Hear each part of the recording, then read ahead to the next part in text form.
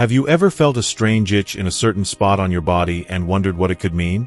Those mysterious signals from your skin might seem like nothing more than a fleeting annoyance. But for older adults, they could be your body's quiet alarm bells ringing about hidden health risks that demand attention. In this video, we'll uncover the 5 most critical itchy areas: your lower legs, scalp, back and shoulders, palms and soles, and chest or abdomen, that doctors warn seniors should never ignore, revealing how they might signal circulation woes, organ strain, nerve issues, liver troubles, or even early heart problems.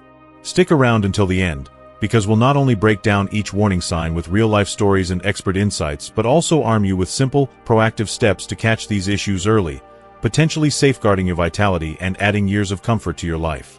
Before we begin, I would appreciate it if you like this video.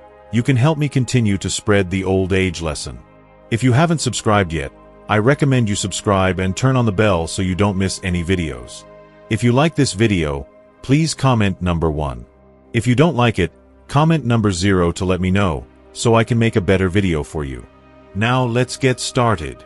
Sign 1. Itchy lower legs. One of the very first areas where many older adults start to experience that nagging, persistent itching is right along the lower legs, particularly around the shins and ankles, where the skin seems to stretch taut over the bones. It's such a common complaint that it's tempting to brush it off as nothing more than a bout of dry skin, especially during those crisp fall months or the harsh winter dryness when the air turns unforgiving. After all, who hasn't dealt with a little itch from time to time? But if this sensation keeps coming back, night after night or day after day, refusing to fade even after you've slathered on your favorite moisturizer, it might be worth pausing and paying closer attention. What feels like a minor annoyance could actually be your body's subtle way of waving a red flag, hinting at something deeper that needs a professional look. As we age gracefully into our senior years, our skin undergoes some inevitable transformations. It's natural for it to become thinner, more fragile, and far less efficient at locking in that precious moisture we once took for granted. The oil glands slow down their production, and the protective barrier that keeps irritants at bay weakens just a bit. That's why a simple moisturizing routine often does the trick for occasional dryness. However, when the itchiness lingers on stubbornly, scratching at your peace of mind and your skin alike, it could be signaling early trouble with circulation. Think about the anatomy here. Your lower legs are the farthest point from your heart in your entire body, making them like the canary in the coal mine for any hiccups in blood flow. If the rivers of oxygen and nutrients aren't pumping as steadily as they should, that distant territory starts to suffer first, leading to that telltale dryness, a prickly irritation, and an itch that no amount of scratching seems to satisfy. Several culprits might be at play in these scenarios, each one worth understanding to empower you to act wisely. For instance, peripheral artery disease, PAD, is a sneaky condition where the arteries narrow due to plaque buildup, starving the tissues of blood and causing that persistent discomfort. Diabetes, which affects so many seniors, can damage nerves and vessels in the legs, amplifying the itch with a side of numbness or tingling. Even something as serious as heart failure can ripple down, reducing the heart's pumping efficiency and leaving your lower extremities underserved. Over time, these issues don't just stay quiet, they can manifest visibly too. You might catch sight of your skin taking on a shiny, almost waxy appearance, or notice patches of discoloration, like reddish-brown spots or a pallor that's not quite right. In more advanced cases, small ulcers or sores could pop up, healing at a snail's pace because the blood supply just isn't there to support repair. These aren't mere cosmetic quirks. They're your body's urgent memos, alerting you to risks that could escalate if overlooked, from infections to mobility limitations that chip away at your independence. To bring this home, let me share the real-life tale of Albert, a spry 78-year-old retiree who loved nothing more than tending to his garden on sunny afternoons. It started innocently enough, a subtle itch creeping up his shins after a long day on his feet. He'd reach for the lotion bottle religiously, thick, fragrance-free formulas promising all-day relief. But come evening, the itch would roar back, keeping him up and restless. At first, he powered through, assuming it was just the changing seasons playing tricks. But when weeks turned into a month without improvement, he mentioned it offhand during a routine checkup with his family doctor. That simple conversation prompted a few straightforward blood tests and a quick Doppler ultrasound to peek at his blood flow. The results? Early markers of circulation challenges are tied to undiagnosed PAD. Albert's doctor explained how, without intervention, this could have snowballed into pain during walks or even non-healing wounds. But because he tuned into that minor itch and sought help promptly, Albert started a tailored plan, Gentle exercise like daily walks, medications to ease vessel tension, and compression stockings to boost flow. Today, he's back in his garden, itch-free and stronger than ever, grateful for heeding his body's whisper before it became a shout. Medical experts couldn't agree more. That unrelenting itch along the lower legs is not something to dismiss lightly, especially in seniors. Sure, 9 times out of 10, it might boil down to environmental dryness or a need for a richer skincare routine. But that 10th time, it could be the vital early warning for circulatory or systemic concerns that, if ignored, might quietly erode your quality of life or even shorten your years. The silver lining is brighter than you might think. Early detection opens doors to straightforward solutions, from lifestyle tweaks like elevating your legs and staying hydrated to advanced therapies that restore flow and vitality. So, if you or a loved one is battling this stubborn itch, promise me you'll resist the urge to tough it out. Schedule that chat with your healthcare provider. A quick exam could be the key to keeping your legs and your adventures vibrant and steady for years to come. If you are still watching this video and finding these lessons useful, please comment number 1 below to let me know that you are still watching this video with me. Thank you for your valuable time. Sign 2. An itchy scalp that will not go away. Transitioning to yet another insidious locale where unyielding itching can masquerade as mundane before unveiling its profundity. The scalp, that crown of sensory richness atop our heads. For myriad seniors, an intermittently dry or prickly scalp registers as par for the course. Perhaps you reflexively blame the sudsing agents in your go-to shampoo, now seemingly stripped of gentleness, or the desiccating whisper of forced air heating that parches your living spaces come colder months. It's a ritual as ingrained as brewing tea. Lather with a medicated dandruff elixir, massage in circular motions for optimal absorption, rinse thoroughly, and anticipate reprieve. However, vigilance sharpens when the itch morphs into an omnipresent symphony, a fierce, unignorable throb that intrudes on focus during bridge games or rouses you from slumber, or allies with harbingers like diffuse telogen effluvium, hair shedding in clumps, tenacious silvery scales mimicking perpetual snowfall, or pinpoint follicular pustules that ooze and crust. At this juncture, transcend the surface. Your scalp may be the vanguard, broadcasting systemic disquiets that prelude overt manifestations elsewhere, urging a diagnostic dialogue. The scalp's architecture renders it an astute sentinel in geriatrics. Enveloped in a dense vascular plexus and innervated by the trigeminal and cervical branches, it amplifies internal perturbations with alacrity. Follicles cycle ceaselessly, and the stratum corneum renews briskly, yet age tempers sebum output and barrier integrity, priming for xerosis. Standard salves, zinc perithione washes, coal tar emulsions, or ketoconazole antifungals typically tame seborrhea or malassezia overgrowth. But refractory cases spotlight visceral strains, predominantly hepatic or renal duress. The liver, that metabolic maestro, conjugates xenobiotics and synthesizes proteins. Faltering, via cirrhosis, steatosis, or pharmacotherapy, elevates bilirubin or ammonia, inciting cholestatic pruritus with scalp prominence. Kidneys, the aquarists of homeostasis, excrete uremic toxins. Glomerular attrition from nephrosclerosis or diabetic nephropathy accrues urea and guanidino compounds, diffusing transdermally to provoke neuropathic itch via opioid dysregulation. Scalp predilection stems from its eminence and porosity, often preceding truncal spread. Historical flags like elevated Alt/AST or EGFR dips amplify suspicion. Envision Evelyn, an 83-year-old artisan whose afternoons brimmed with watercolor sessions and tales swapped at the community center. Her scalp odyssey unfurled insidiously, a nascent prickle amid her silver tresses, chalked to overwashing. She iterated remedies, aloe-infused rinses, scalp serums with salicylic acid, even a foray into apple cider vinegar dilutions. Yet the itch burgeoned, a ceaseless hum eclipsing her creative flow and eliciting grimaces during hugs from grandkids. Nocturnal exacerbations, splintered rest, and mirrors reflected inflamed patches amid a thinning crown. It culminated at her semi-annual geriatric consult, woven into discourse on her palate preferences. Her internist, attuned to subtleties, greenlit a comprehensive metabolic profile, urinalysis for proteinuria, and renal ultrasound for structural insights. Findings crystallized: Stage 2 CKD from long-standing hypertension, with BUN/creatinine skews fueling uremic diathesis. The dermatological veneer masked nephrologic nadir.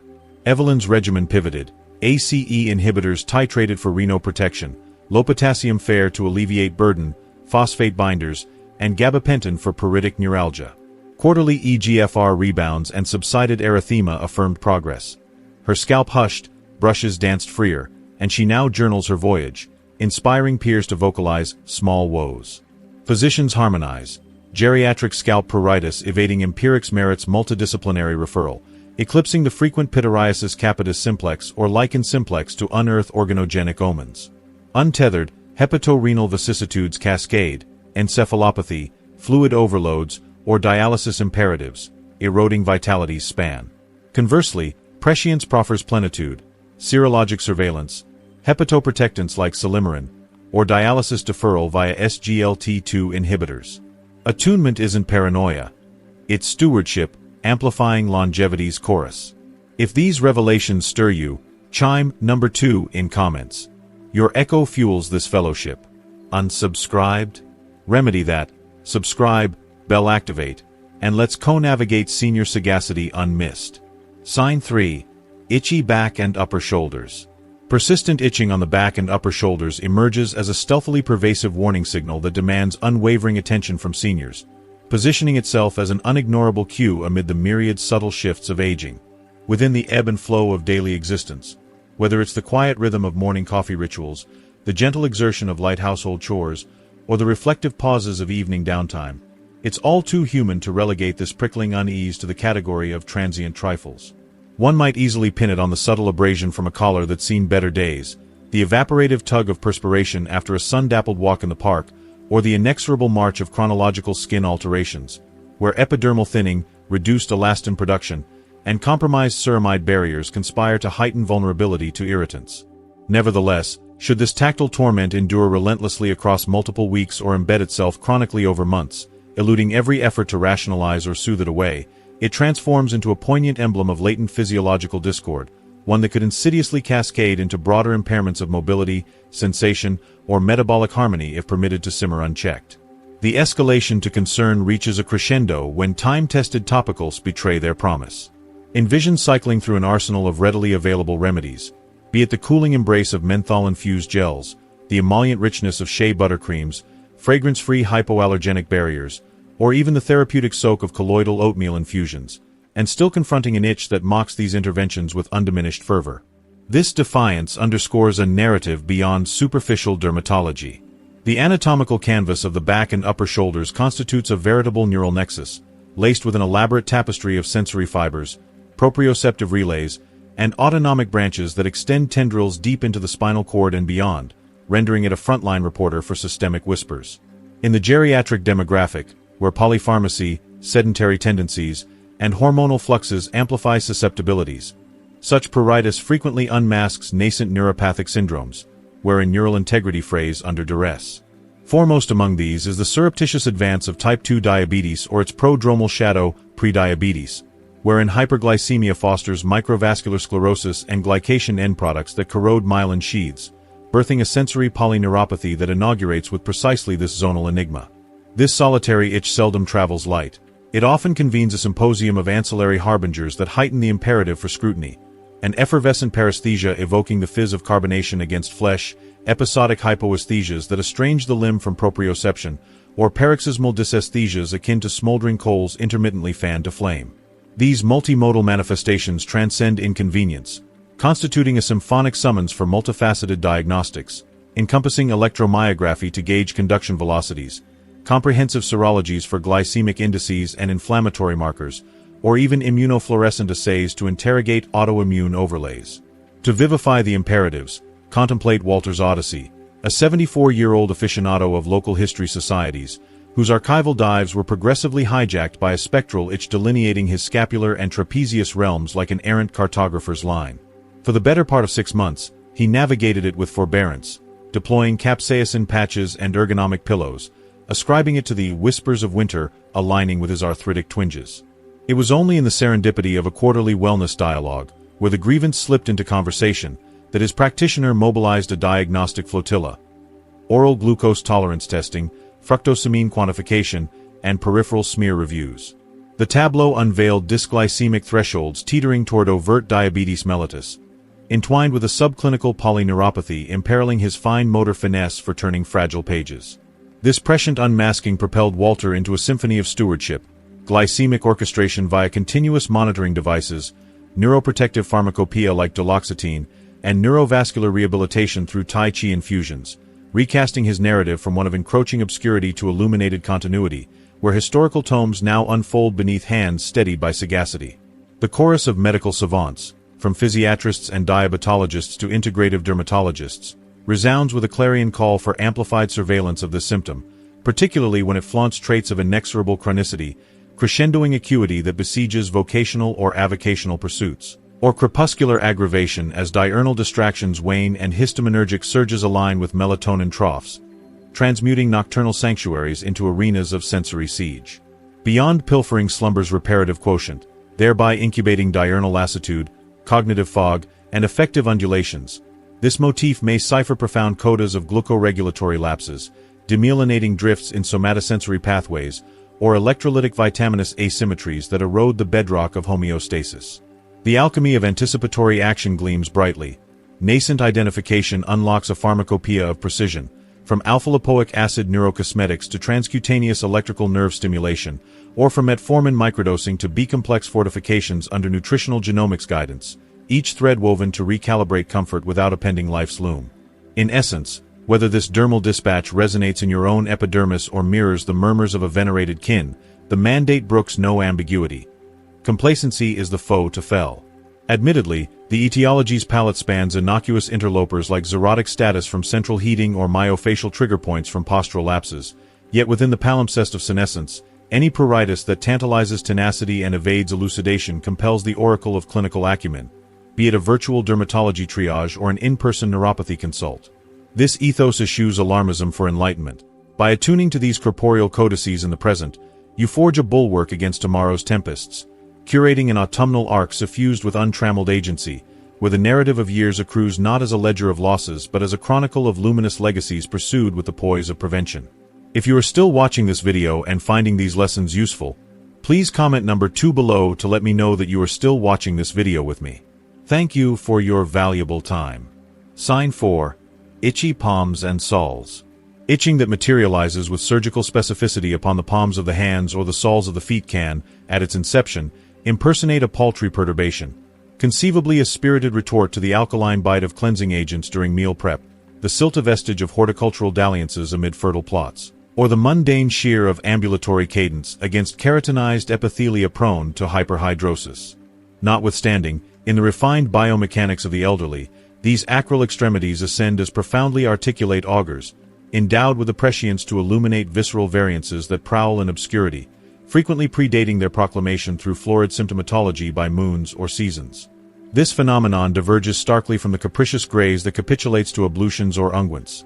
Endurance defines its essence, all the more so when it accrues corporeal confederates, a rubicund efflorescence that paints the dermis in dawn hues, a tumescent distension imparting a plush resilience to palpation, or an inexorable sclerodermic evolution wherein the integument hardens into a pachydermic veneer, etched with excoriations from compulsive clawing. The palms and soles defy happenstance as locales. They embody phylogenetic fulcrums, profusely enmeshed with lamellar corpuscles, Meissner end organs, and a vascular arbor that pulses with the fidelity of a metronome, channeling distant hemodynamic and choleretic currents to the fore. This synaptic surfeit configures them as vanguard voyeurs for end organ effusions, priming them to telegraph turbulences in hepatoportal hegemony or reticuloendothelial equilibrium. Commanding the investigative vanguard is hepatocholangiopathy, wherein the liver's alchemical forge of bile and the cystic reservoir's stewardship of its peristaltic propulsion falter under siege.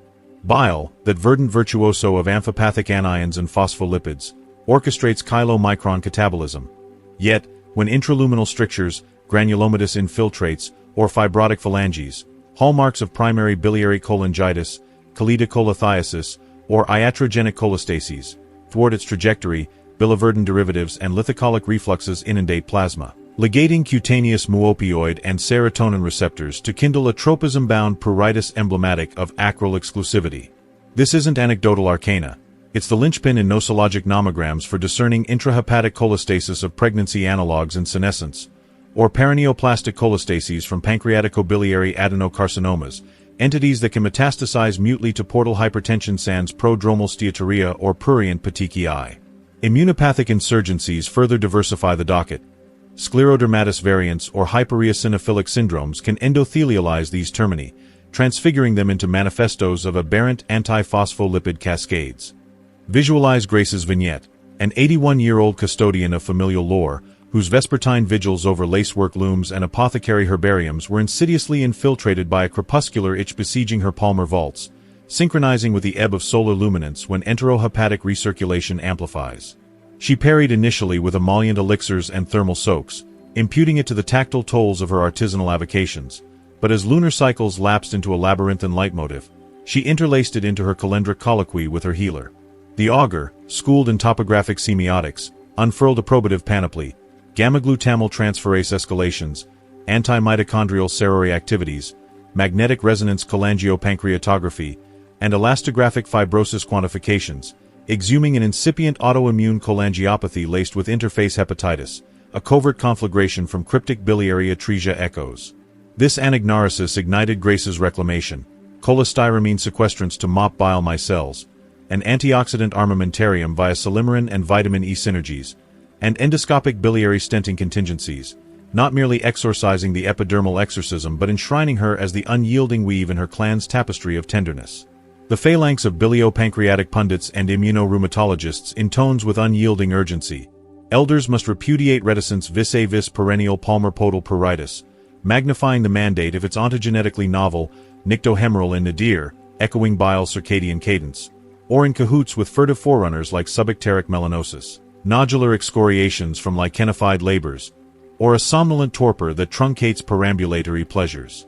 Verily, simulacra proliferate, Pomphalix dishydroses, onychomycotic incursions, or aquagenic urticarias, but these 90s nuance often antedates the onslaught of varicose vignettes, coagulopathic crises, or osteoarticular odysseys, bestowing a salvific Sabbath for recalibration. If these disclosures detonate as you're delving, inscribe number 4 amid the commentary chorus. It's an effulgent emblem of espousal that kindles our collective crusade for acuity. And for fellow travelers yet to embark, enlisting subscriptions with auditory summons secures this fount of finesse unfettered. Your affirmation the zephyr propelling our forge of missives that midwife mindfulness and metal. Sign 5. Itchy chest and abdomen. When an inexorable itch alights with ostinato upon the chest or abdomen, the innate impulse to consign it to the annals of inconsequence is nigh ineluctable, conjuring visions of a prosaic backlash to anionic surfactants in fresh linens, an evanescent peak from keratinous fibers grazing atrophied adnexa, or the banal desiccation attendant to andropausal estrogenias or menopausal xerophilias in the 7th decade and beyond. Be that as it may, for the silver-threaded septuagenarian, this mediastinal and hypogastrial expanse metamorphoses into a clandestine yet cogent courier, ferrying missives from cardiac colossi, alveolar archipelagos, or the Byzantine bastions of adaptive immunity, beseeching a contemplative interregnum air symphonic swell submerged serenity. If you are still watching this video and finding these lessons useful, please comment number 2 below to let me know that you are still watching this video with me. Thank you for your valuable time. The crux of clairvoyance resides in the itch's geomorphology, pertinacity, and recalcitrance to remediation, qualia that alchemize it from flea bite to forebode. This integumentary sheath is diaphanously attenuated, a gossamer scrim over aortocoronary conduits and hilar sentinels, exquisitely attuned to barometric barters or lymphokine librettos with celerity. Should it perdure etiologically orphaned, and parade with a cortege of chromatic caprices, from livid lentigines to sanguine suffusions, dyspneic decrescendos, or substernal suspirations, it may murmur of cardio-circulatory consternations, as in cor pulmonal's hydrostatic hegemony, wherein tricuspid regurgitation begets epicardial engorgement, spawning aquaporin-mediated or uremic itches, or in amyloidotic infiltrations yielding restrictive cardiomyopathies with serosal serendipities. Lymphoproliferative leviathans, spanning follicular center lymphomas to anaplastic large cell kin, analogously unleash thymic thymopoietins or IL-31 cascades, ensnaring this axial axis in a pruritogenic pandemonium. This pruritus paradigm is paradigmatically pugnacious, deriding dermabrasives or H1 antagonists, and imperiously invading nycterohemeral havens when sympatho-adrenal symphonies soften, splintering ultradian undulations into staccato stertors. It spawns sequelae, insomniac inanition, hedonic hemorrhages, and a lethargic limbo that leaches luminosity from quotidian quests. Henry's hagiography encapsulates the 80-year-old grandmaster of gambits, whose cabalistic cabals over checkered cloths were covertly checkmated by a nomadic itch mantling his manubrium and mesogastrium, disdainful of ictamol ichors or vaporous veils. Insidiously, it inducted inanitions ictus and pedal pedicis, which he deflected as festive footfalls fallout. Articulating the aggregate at his semestral sphygmomanometric seance, it symphonized a sleuth, high-sensitivity troponins, pro-BNP surges, stress perfusion scintigraphy, and cardiac MRI mosaics, disclosing a diastolic debility from hypertensive hypertrophy. That cuticular canticle had clairvoyed catastrophe, ACE inhibition cascades, SGLT2 osmotic offloads, and aerobic alchemies ensued, alchemizing abyss to apotheosis. Crepuscular conclaves reconvened with rookish resolve, diurnal diagonals danced with diastolic delight. The cadre of cardionephrologists and hematolymphatic hierarchs harmonizes. In the octogenarian octet, thoraco-abdominal tachydermia exacts exegesis if perennial, primordial, or polygamously paired with paroxysms like platypneic paroxysms, sarcopenic sags, or clammy crepuscules. Inacuity inheres in the hegemony, cholinergic chloromas or atopiform artifacts. But within vitality's vellum, this vector vaticinates vigilance, vending a valedictory vigil anti-myocardial maelstrom, empyemic emboli, or adenopathic apocalypses.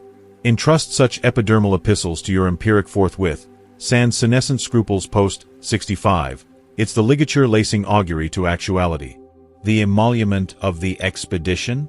Etiologic epiphanies, idiosyncratic idioms from aquatherapeutic ablutions to rituximab refrains, and a rampart realm revering physiological portents. In the Codex of Caducity, such scrupulosity isn't a stopgap, it's the filigree framing fortitude, forbearance, and the voluptuous vista of vintage's velvet. As we wrap up this eye-opening journey through the 5 itchy warning spots your body might be using to signal deeper health concerns, from lower legs hinting at circulation issues to scalp irritation flagging organ strain, we hope you've gained the tools to listen more closely to those subtle whispers from your skin. Remember, in our golden years, tuning into these signals isn't just smart. It's a powerful act of self-care that can protect your vitality and prevent small itches from turning into bigger battles. What have you learned so far that surprised you the most? We'd love to hear. Drop a comment below sharing one key takeaway from today's video and how you plan to bring it into practice in your daily life, whether it's scheduling that checkup or paying extra attention to a nagging itch. If you like this video, please leave your comment below, and don't forget to like, share, and subscribe to our YouTube channel for more life-changing health tips that keep you thriving. Thanks for watching. See you in the next one.